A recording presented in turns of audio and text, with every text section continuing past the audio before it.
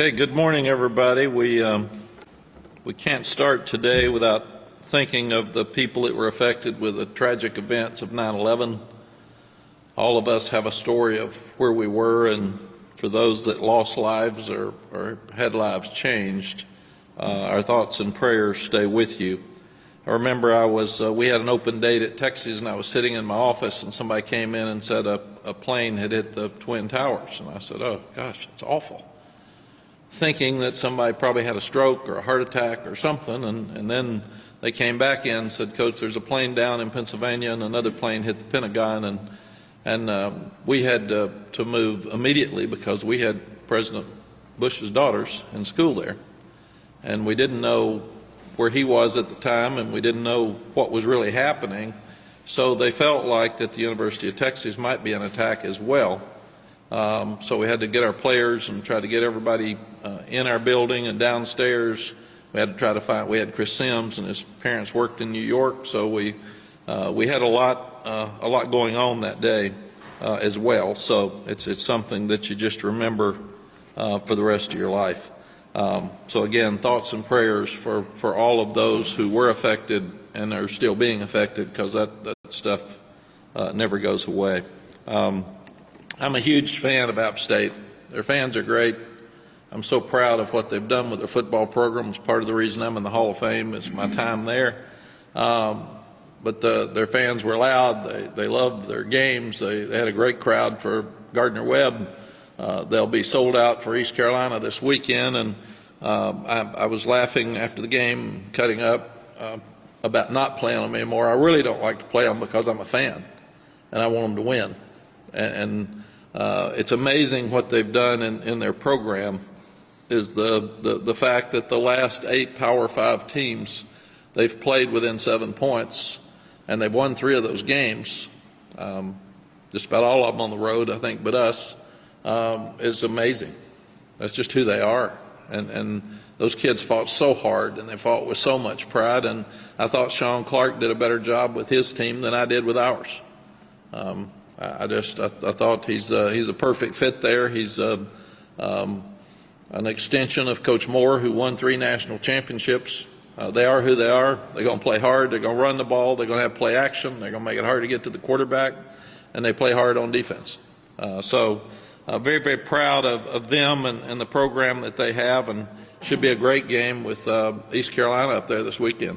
I mean, we know the atmosphere they have at that place, but like I said, I'm a fan, and very, very proud of the program that they have and the way those kids fought on Saturday night. We're 2-0 for the 4th time in 5 years, so I like what we do to start seasons. We've won 4 of the 5 openers as well. And the one that we played at Virginia Tech, I didn't think we coached very well or prepared very well. But this year we're 2-0 versus 2 really tough opponents. It was a fun atmosphere. I love our student body. I thought our fans did a great job even hanging through the rain, but our student body's been unbelievable. They're packed, they're loud, they're engaged, and they make a huge difference for us. And this weekend we're going to have the best crowd we've ever had. We've played an SEC team, then we've got an in-state team with App State, which I said has probably been the best program for the last 20 years in this state. And then you've got a Big Ten team coming in. So we played one of the hardest schedules in the country, and it'll really help us prepare for the start of the ACC. But we need our fans to be really, really loud and make a difference at 3:30 Saturday on ESPN. We made twice as many mistakes in the game Saturday night as we did against South Carolina. It was interesting. Not sure why. It's what you're looking at for all day yesterday and today, trying to figure out why. Did you have too much in? Were they not as focused because they were stuck between an SEC team and a Big Ten team? Did they not have as much respect for App State because they saw the Gardner-Webb video and they didn't look near as good against Gardner-Webb as they did us? We only had a quarter with the quarterback, and he played really, really good. The back's really good. He's a pro guy. So why didn't we play as well? Why didn't we coach as well? I don't know. And those are things you have to answer. We're really being hard on the staff and the players. This sounds kind of weird, and for those that want to beat me up, this will be a great opportunity. But we're trying to coach every game on Sunday and Monday like we lost the game. Because when you win a game, you're easier on your grades and you're happy, and everybody just lets things go. We're not letting anything go. We're looking at every possible little detail that we can have to make sure that the assignments are better and get us in the place that we need to be. Players of the game, Omarion Hampton was the offensive player of the game. It was a tremendous performance. I think the 13th best in our school history for a running back with 234 yards, I think, Jeremy, rushing. And he broke a lot of tackles. A lot of that was after contact, and the offensive line did a really good job up front. But we also had some explosive plays. For 2 weeks in a row, Des Evans has played great, and he was the player of the game defensively. So he's playing with a high motor, he's playing with a lot of confidence. And Ben Kiernan is the special teams player of the week. He had 2 balls inside the 20, 1 at the 5. We turned a guy loose, and he got the punt off with a bad snap as well. So he did a great job. Offensively, we rushed the ball very well. We've rushed it at least over 300 yards and 5 touchdowns 7 times since I've been back, and that's the best in the country of any of the Power 5 schools. So when you run the ball for over 300 yards, you're probably going to win most of the time. We cut it as close Saturday night as we could, but that's still probably the reason we won the game. We did a great job responding offensively the second half. We didn't. We came out defensively, and they scored in 6 plays, which you can't have happen. You're supposed to make adjustments at halftime and make sure that they don't move the ball the second half and get off the field. That's that middle 10 minutes of the game that are so important, the 5 before the half and the 5 after. But then offensively, we came right back and responded and came down and scored and did the same in overtime. They score in 3 plays. We scored, then you flip it, and I had to make a decision. Do you go for 2 at that point because your defense is tired and they gave up a touchdown in 3 plays, or do you trust your defense and go, and then we go down and score immediately and then get the 4 plays and off the field by our defense. So defense stepped up at the end of the game and responded really well. Really proud of the staff using the 2 timeouts to save the minute 22. We work on 1 minute offense parts of every day with tempo, but we put this exact stuff down every Thursday and have drills just about 109 left, 122 left, 1 timeout, field goal wins. And we work really hard on this situation. So I thought Drake did an unbelievable job with the 1 minute drive at the end. He didn't waste the timeouts. We even had the timeout to center the ball for the kick at the end. We overcame a 2nd and 16, I think, which they didn't panic. The coaches did a good job. I thought Chip did a great job of calling plays throughout. So it was a thing of beauty, and I wish we'd made the kick, obviously, because the game should have been over because we're a 39-yard field goal right in front of the sticks. So that's something that we're really proud of, but should have finished the game right there. And then we have not won an overtime game. We're 0-4 in overtimes.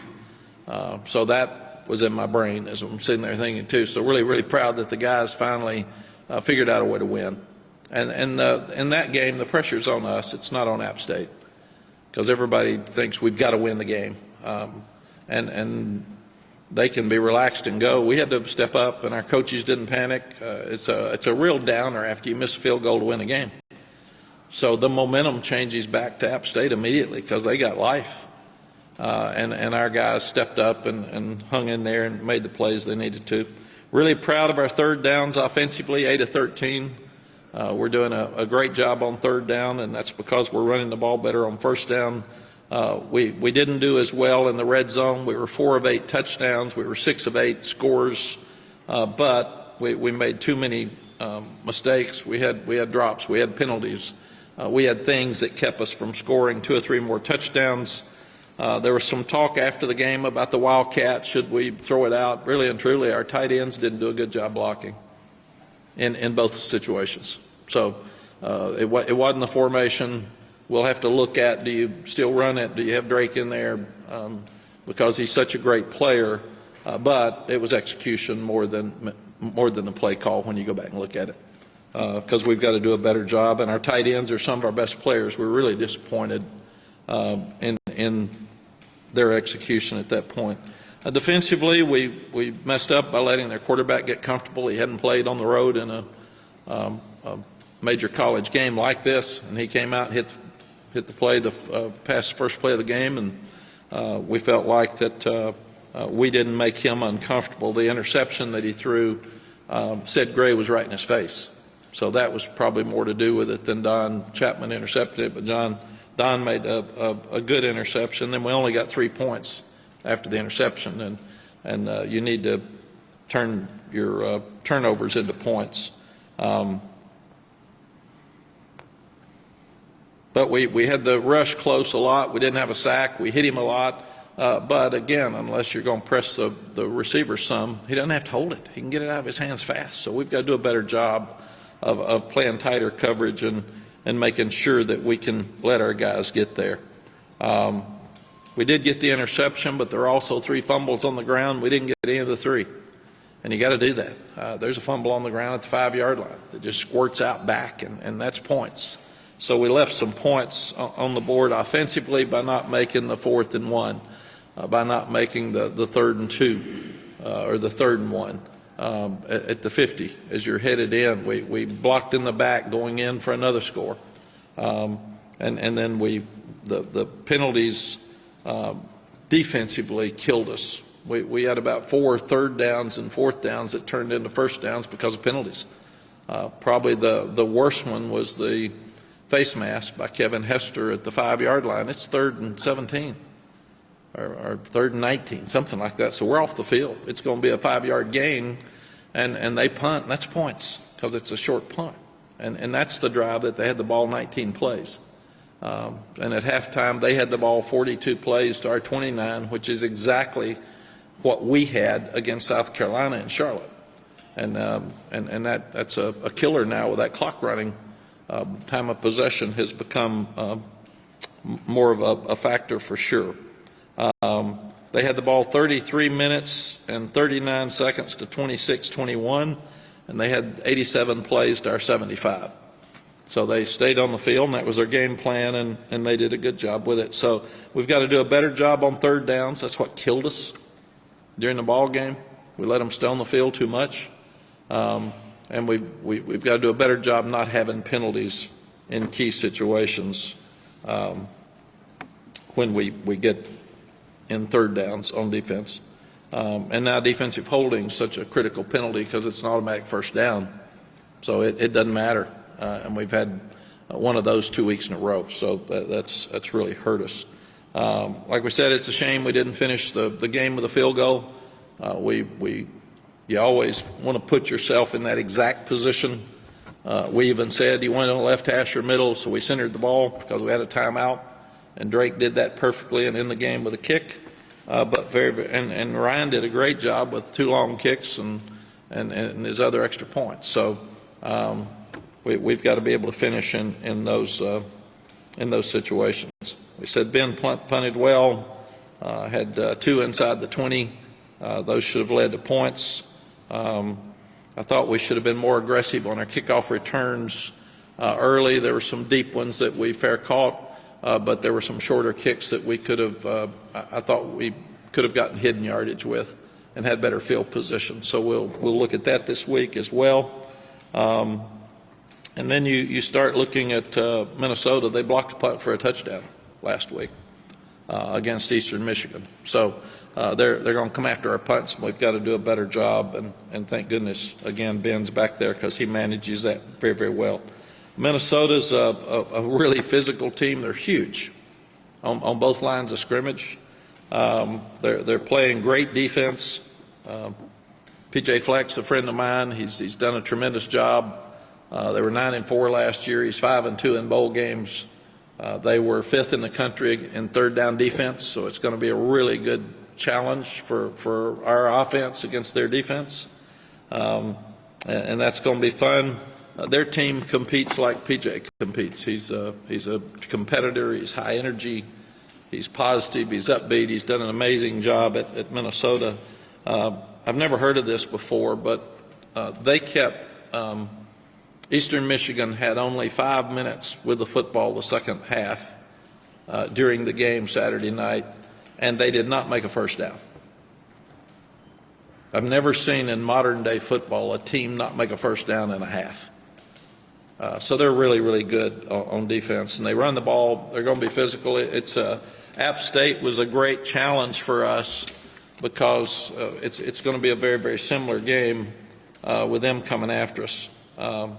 They have held the ball. They've had the ball in 2 games, 140 plays. Their opponents have had it 98. So the other teams had it less than 50 plays in 2 games. So they're going to keep the ball. So the game plan that we saw for App State, run the ball, play action, is exactly what we're going to see Saturday at 3:30. They're giving up only 131 yards rushing a game, and they're giving up 8 points per game. So they are playing great defense, but they're also playing great complementary football. I saw Jim Harbaugh said the other day that you don't play offense and defense, you play we-fence. We all play together, and I thought it was unique, but it's really true.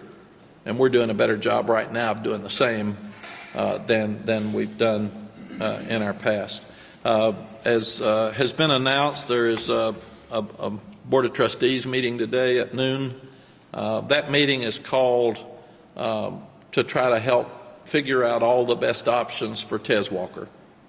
I'm really, really proud of our Board of Trustees that they're standing up to try to figure out what's best, and so we can see all of our options, get a singular voice, and then move forward. We got too many people saying, should he play? Should he do this? Should we do this? Should this happen?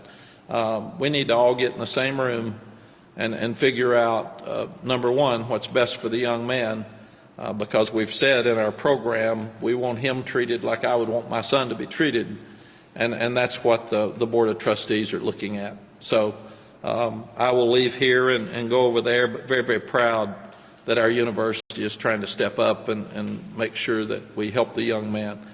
He did obviously come back to the game. I was so disappointed and surprised in the vote with the committee that they voted down his ability to come back and play. I think it's awful. I think it's very poor. It's not fair. There was a path for him to be eligible without question. I didn't know when I told him. NCAA doesn't have to tell him. I have to tell him. So Lonnie Galloway and I told him on Thursday after the meeting. We heard about 3 o'clock in the afternoon. And like I said, I was shocked that he's not eligible. But that's the decision they made. Telling him we didn't know if he was going to quit school. He went home Thursday night. We didn't know if he was going to come back for the game. He was really, really distraught and disappointed, and we were worried about him. So we thought it was best for him to go home, and he just didn't go to school for the weekend. We did talk him into coming back for the game and felt like that he needed to be picked up. So that's why we asked him to walk out so people could say, sorry, we're for you, we're pulling for you, because this is a young man that totally had his life changed. I mean, we're talking about NIL money opportunities, we're talking about NFL draft. The Senior Bowl took him off the list because he's not going to play. And now we're working with him too. I'll know more today about the possible options for him moving forward. But then Lonnie Galloway and I have to talk to him probably today, tomorrow, about what do you do? Do you want to practice? Do you want to work out for pro scouts and prepare to go to the NFL this year? Do you want to plan on coming back? Because he would graduate in December of next year. But all these options are things that he'll just need to look at and decide what he wants to do. He did tell me he wants to stay in school and get his degree. So that is something that is a real positive and something that's good moving forward. Questions? Next, in regards to the sacks on Saturday, we talked to Safety Gray after the game. He was saying that part of the reason they were able to get sacks is because they were moving Aguilar around a little bit more. Do you think that kind of played a role in not being able to get the quarterback like It did. I do think more than not is we're letting people be too wide open. And Gene and I have talked about it. The staff talked about it. We've got to disguise more. We've got to move around more. We've got to make the quarterback hold the ball more so he doesn't have an easy path to get it out of his hands so quickly. And that's something that we've got to improve. To follow up on that, you also mentioned there weren't as many blitzes. Was that deliberate at all as well? No, there were. You don't notice them in a running attack. They run the ball on 3rd and 9. I mean, that's just who they are. And it's but the defense was very similar to the one at South Carolina. It was just that App State's a total different offense, and Minnesota's going to be the same offense as App State. I mean, they're going to run the ball. They're going to be physical. You're not going to get as many sacks. It's why we're protecting our quarterback better.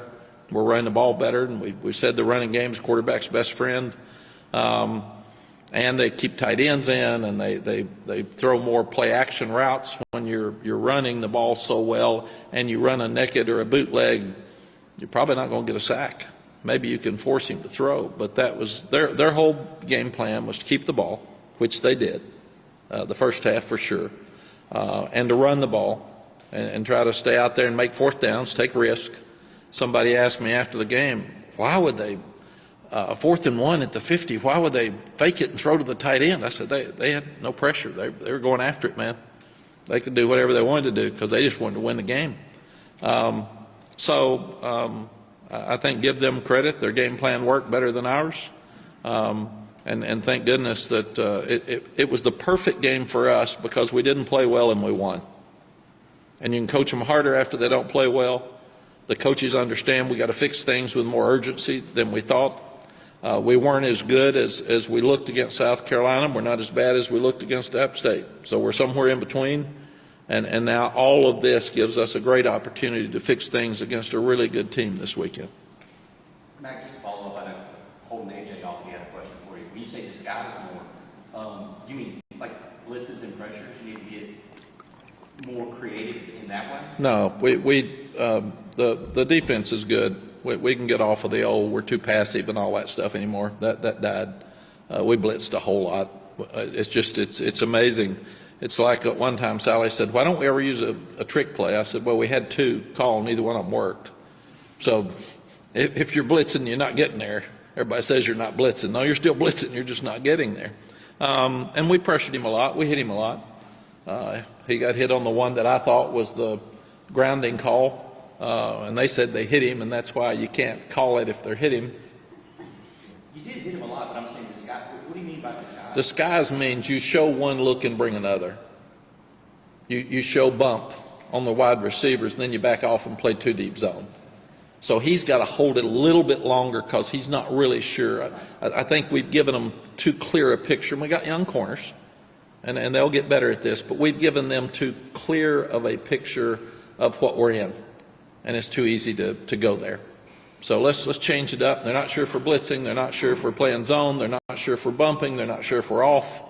Let's move from this look to that look, and that's what disguise means. Yeah, I'm not sure if you can say anything else about the DOT meeting, but is this something that was originated outside of your knowledge and you were asked if you come in there, or yes, is it something you participated in maybe bringing about? No, I was asked to come.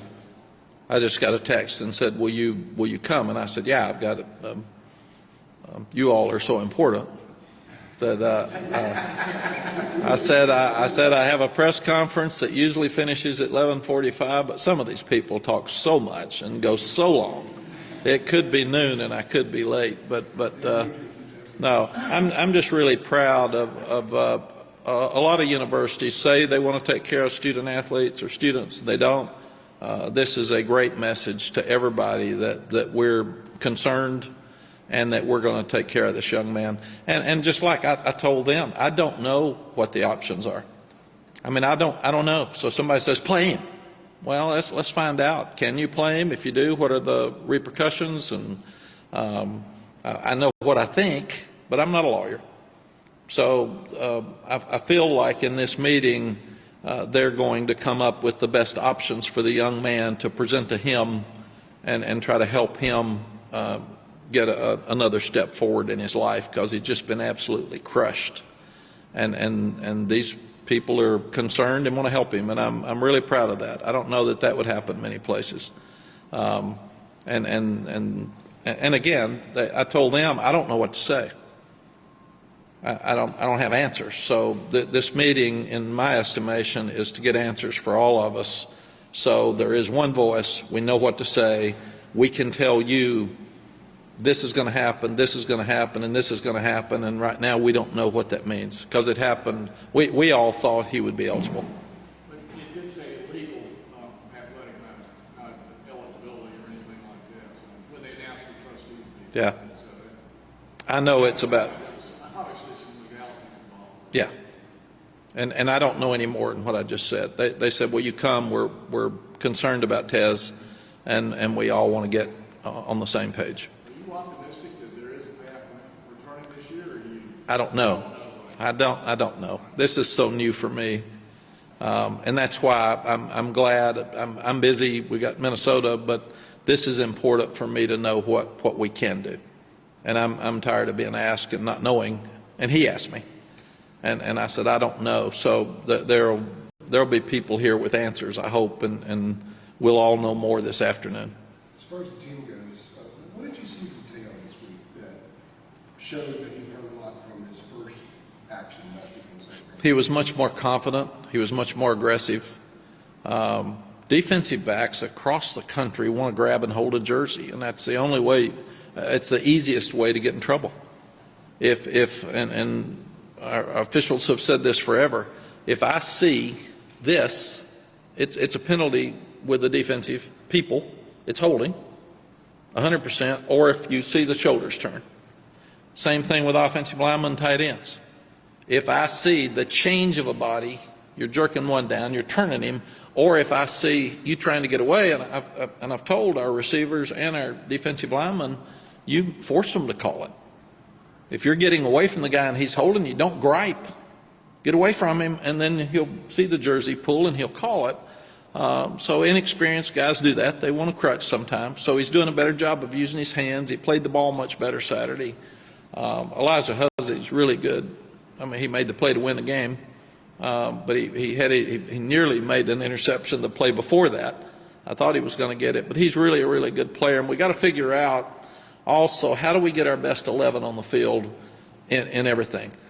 We didn't know till Thursday afternoon at 4 o'clock Tez wasn't going to play. So now can we get a set group of receivers and let Drake just throw to them? We've been all over the place. Nate's been out. Nate's back. But Tez is out. Those were the two guys that we thought would really come in and help us. We've lost one of them, and the other one hadn't played any. So we got to get set at receiver. What do you do now with British back at running back? Caleb did some good things. Elijah Green did some good things. So we're really looking at personnel across the board. I hate the obvious. I need to ask a follow-up what you said about the receivers. Getting Tez all those reps, do you think there's been any effect otherwise on that group? Maybe some of the guys that have been out there on the field getting reps maybe weren't getting as many as they could have gotten in practice? Or Yeah. did you guys scale Tez's back at all, thinking maybe he might not? No, I thought he would start against South Carolina, and I knew I was 100% sure that in looking at his case that he would play this weekend. We were. I mean, I was crushed. Do you think there's been an effect with some of the other guys? Or I don't. they've all got enough reps? I don't know. You'd have to sit down with all of them. You know, when we ask, I got 120. So, and I did tell the coaches, if a guy's not playing as much and he's young, and we've had two games that were hard to get a lot of guys in, have individual meetings with them. Team meetings don't matter. A lot of times the guys don't listen. The ones that need to listen don't listen. So bring the ones in that aren't playing good and find out why and fix it. bring the ones in that are young and are talented but aren't getting to play, that are pouting, and sit down with them and talk to them about what you need to do to play more. So this is the week you start talking about getting one-on-ones and trying to let everybody understand exactly what's going on. Mack, in terms of the offensive line, a lot of the talk of the offseason is Will Barnes being out to left tackle. Makes it other Montrose being available being a little back inside. Do you feel like he was maybe a little bit more comfortable back into where he was playing last year? And do you feel like even with Diego at left tackle to be a line moving forward for you guys? Yeah, number one, Diego played really well. He had the one bad play that was very obvious, that he got too high and they shoved him back in and hit Omarion in the backfield. Other than that, he played really well. So we were pleased with it. But we've got to look at what is the best combination now. Is it too much for William to play guard and tackle? Because he's playing both, and that's harder. Will Ed be healthy for this week? We come in here and talk to you all about it. We really don't know. And then you put him out there, and the trainer says he can try it Tuesday, and then the first time he goes against somebody live, he starts limping. We just don't know those things. And if you don't practice Tuesday and Wednesday, can you play? Can you not be in pads all week and practice on Thursday? And are you ready to be physical against a big physical front like Minnesota? So we're really pleased with Willie Lampkin, really pleased with Diego. Corey Gaynor's the leader in that group. He plays tough all the time. But we've got to get our and it's great that Diego has given us another body in that group of we're looking for 8 to 10. We'd like for Travion Green, I always call him the running back at Ohio State because we missed on him. He's a great player. I called that. Yeah, I did too. I always do it. When I call him that, he laughs at me now because at least I've told him, I'm going to call you Travion Henderson sometime because he's really good. And he said that's a compliment. So, but trying to get him ready to go, trying to get another one of those guards ready to go. But we've had real bad issues with injuries, a lot more than you should have early. Even John Copenhaver playing with a club on his hand. I mean, it really limited us because he's such a great player for us. So, yeah, we got to figure out the receiving group. We got to figure out our defensive back group since we lost Dre Boykins. We got to figure out the line group. There's a lot of thinking here we got to do and try to work this out. Art. Mack, obviously, ball control, that's the game that they want to also keep straight off the field. Defense, it seemed like they were making it harder on him in the second. So is it your coach, do you take what they give you, or do you want to take what you want to take? And how do you make training more effective when, a little soccer with the run making it harder? Yeah, Drake's wonderful, and we only want to win, period, 100%. We're not into any of the other stuff. And somebody asked Drake after the game, Jeremy was telling me, what about you not throwing as much or something? He said, I would have handed it to Omarion too. Nobody could stop him. So it's about winning games. That's all it's about. And Drake's totally about that. And if you run the ball. He's the best player on the field, so you want to make him as effective as possible. You don't want the other team to take him out of the game. I want to win the game. And that's it. Doesn't he help you win it? Yeah, and he did. I just said he had one of the best drives I've ever seen, a Heisman drive at the end of the game to win the game. He made plays with his feet. He played great. If you are insinuating we should throw it every time to make him look better, we're going to win. And Saturday night, that wasn't the best way to win. That's a good transition to my next question regarding the running game and how excited you are, especially to have Omarion and have a breakout game the way he did. And what does that do for the confidence as far as you having a more balanced offense and not relying so much on Drake when you have weapons here to work with? Yeah, you never want to depend on the performance of one guy. If you do and he has a bad day or if he gets hurt, then you don't have a team. We've seen Omarion do this at times. We've seen him do it in practice. We knew it was coming, and it was great to see him break out on Saturday night. And then we forget British had 100 yards against an SEC defense last week. So we thought we were good in the running back room, and we are. We're big. We're physical. Caleb Hood did a good job the other night. Our offensive line's better, and we've had less pressure. So all those things are a positive for us, but we've got a bigger test this weekend. The best defense we've played is this weekend so far out of the 3 teams. Matt, you talked, or we talked about a little bit inconsistent in the kicking game in camp, in preseason, and then Coach sort of highlighted that Saturday, good kicks and then 1 bad kick. Is it an ongoing battle in practice with him over our head? Is it a confidence issue with Brian? What's going on there? It is an ongoing competition, and I can't answer the other because I don't know, but we have been inconsistent. It has not been.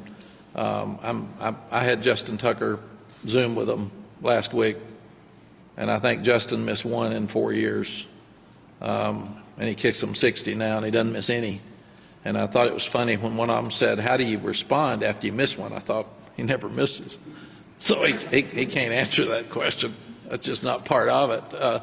But yeah, we need to be more consistent, and we kick game-winning field goals every time we do the 1-minute drill. We finish with a field goal to win the game, so it's not like that was the first time we'd walked out there. Mack, App State and South Carolina are obviously programs you're pretty familiar with, having played them a bunch in your time here.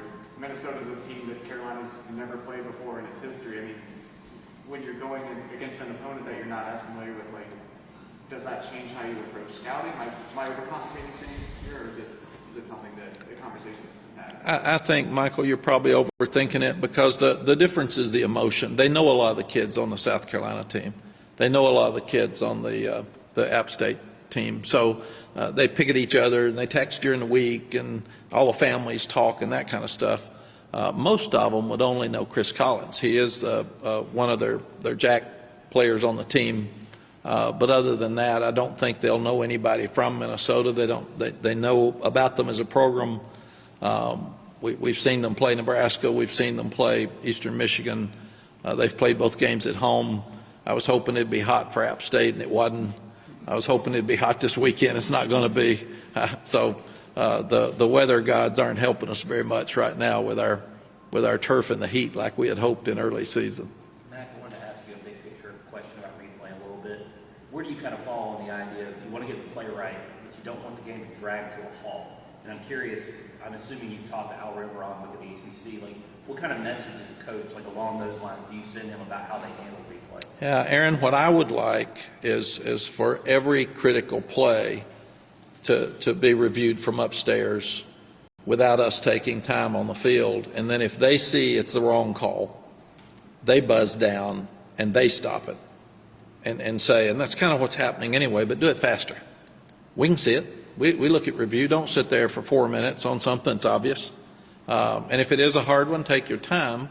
And if it's a holding call that doesn't matter, or don't stop it all the time. But if it is a game-changing play, don't say it's not reviewable. It should be.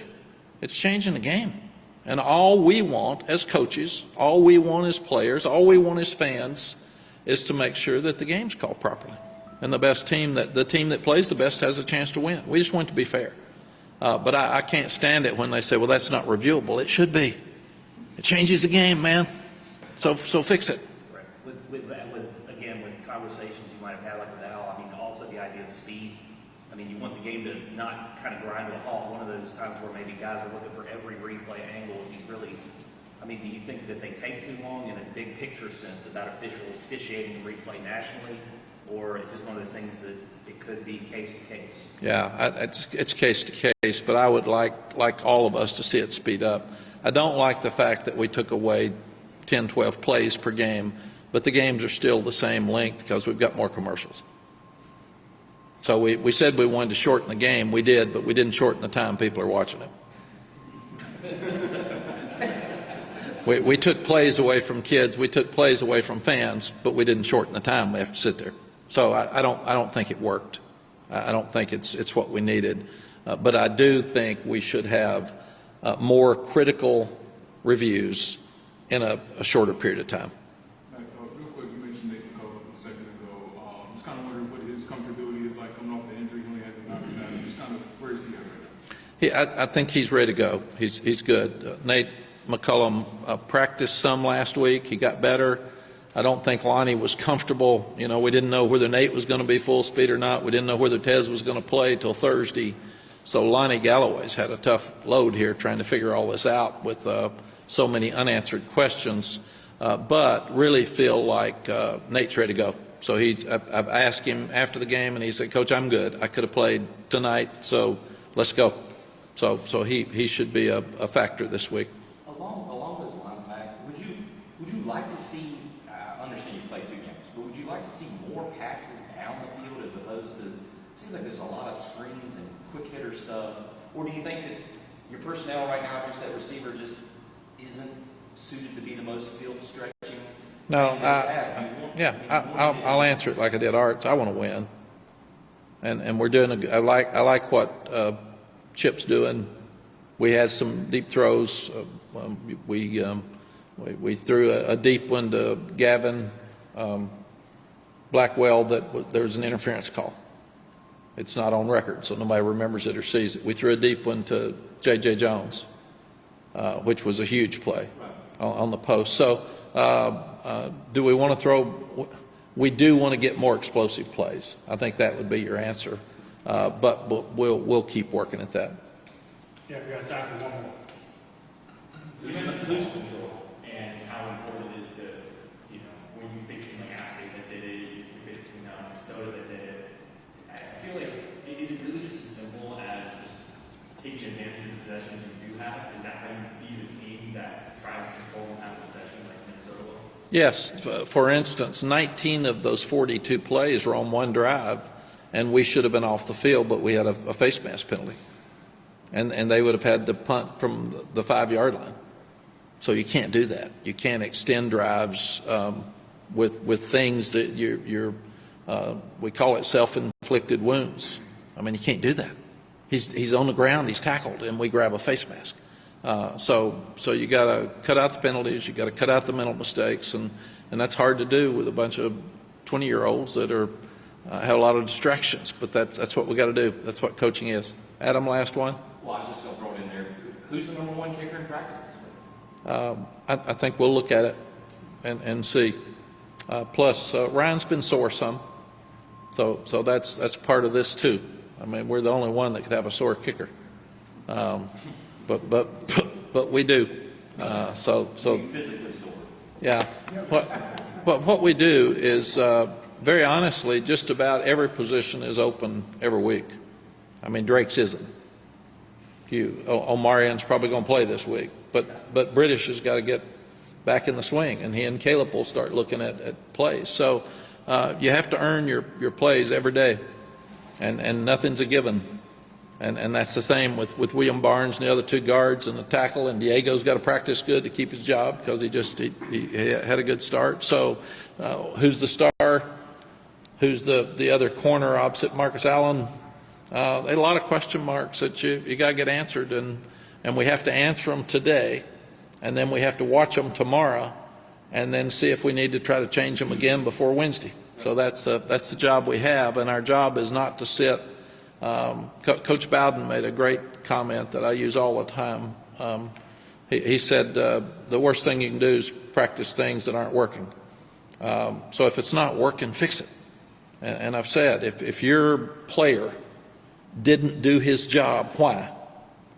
If your player has 5 mistakes, why? Is that because he didn't focus? Well, that's on you. Is that because you didn't teach it right? Is that because you had too much in? Is that because you didn't do the proper drills and get him in the right place in practice? Don't sit there and say, well, he played bad. That doesn't fly. Why? If he played bad and you did everything right, then change him. If all of yours played bad, then maybe it's on you. And that's not very comfortable in those rooms. But I said it's what you got to do is you got to be confident enough that you can be uncomfortable, because it's not uncomfortable to not play good. Thank goodness we didn't play our best and we still won. That we couldn't have done that most of the time since we've been here. This team's older, they're more confident. This staff hung in there together. That was a game that would have been really easy for us to lose. And I'm proud that the guys hung in there and won. And we can jump all over them yesterday and say, okay, we're proud of it. Let's be proud of ourselves. Great win. Now, here's all the things we did wrong that we got to get fixed. So don't be sensitive. Be a great self-evaluator, because that's an important part of growing up, is admitting that you didn't do something right, figuring out why you didn't do it right, and fixing it. And that's who we are this week. All right, thanks, Coach. Thank you. Thanks, man. Appreciate it.